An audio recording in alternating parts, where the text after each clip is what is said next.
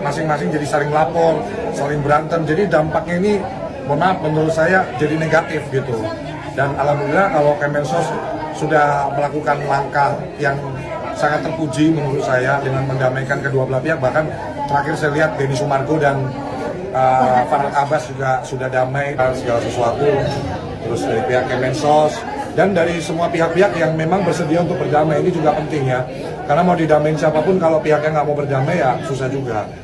Ya saya sih kalau memang sudah damai, saya kira Agus kalau memang tertarik nih untuk melanjutkan hidup, bolehlah Agus jadi live streaming di perusahaan saya, konten kreator gitu kan. Ya kan itu kan mungkin dari pandangannya kan penglihatannya saat ini belum bisa melihat ya, lagi proses katanya mau diobatin di rumah sakit Suci ya kalau nggak salah di PIK ya. Ya semoga ada titik jalan kesembuhan untuk Agus. Tapi kan Agus kan juga tetap harus melanjutkan hidup, dia harus punya penghasilan.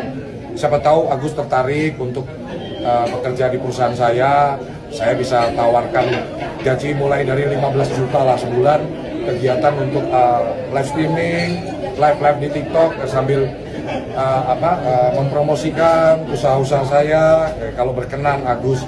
Karena saya kira komunikasi skillnya Agus harusnya kan cukup baik ya komunikasinya.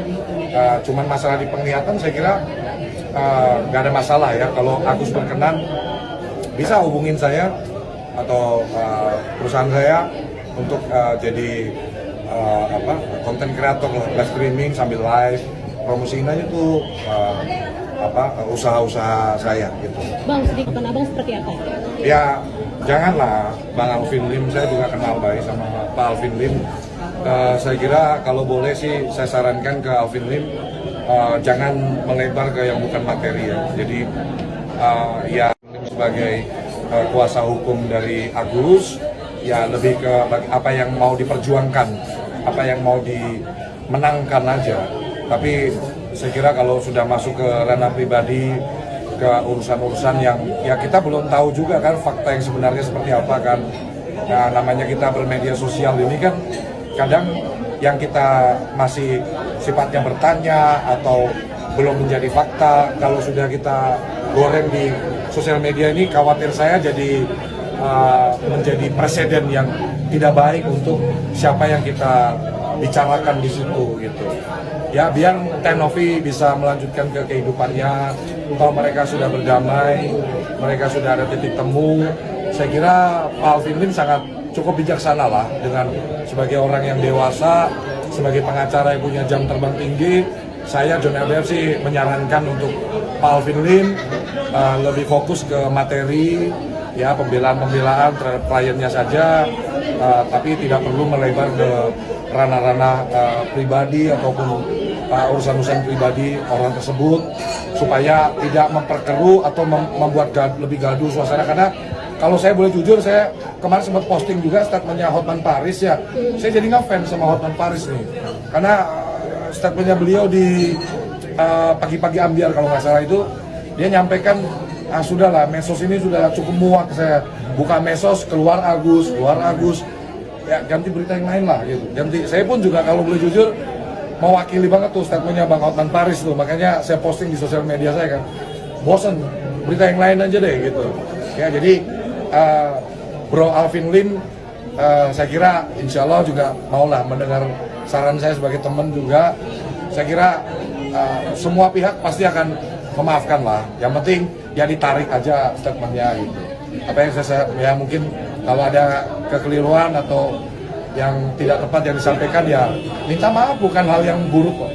Minta maaf bukan yang buruk, bukan hal yang tidak baik, justru akan lebih baik. Dan publik pun selama ini kan sama Pak Alvin Lim support ya, sering banyak yang ngefansnya itu aja Pak Alvin Lim, supaya masyarakat makin cinta sama Pak Alvin Lim. Dan saya kira kalau nanti Pak Alvin Lim mungkin memberikan statement, menarik statementnya dan meminta maaf, saya yakin Novi bukan orang yang jahat, pasti akan dimaafkan. Bang, tapi sudah dilaporin Bang Hotman, iya Bang Hotman juga udah kata-kata wanita panggilan kayak gitu. Ya saya sangat menyayangkan. Pertama ya kan itu ya kembali lagi ya, kita janganlah masuk ke ranah-ranah pribadi seperti itu. Saya sarannya. Ya saya juga monitor Pak Hotman Paris mau jadi kuasa hukumnya Novi ya kalau nggak salah ya. Udah bang, semalam udah dilaporin sama Novi resmi, Erdelo dan Alvin Lim dilaporin ke Polda Metro Jaya. Apa menurut Ya itu haknya, itu penegak hukum kan nggak mungkin kita main hakim sendiri, samperin marah-marah kan nggak zamannya seperti itu kan. Ya memang langkah yang harus dilakukan kepada terhadap orang-orang yang merasa mungkin namanya dicemarkan, nama baiknya diganggu. Ya polisi adalah penegak hukum yang memang harus kita andalkan untuk itu.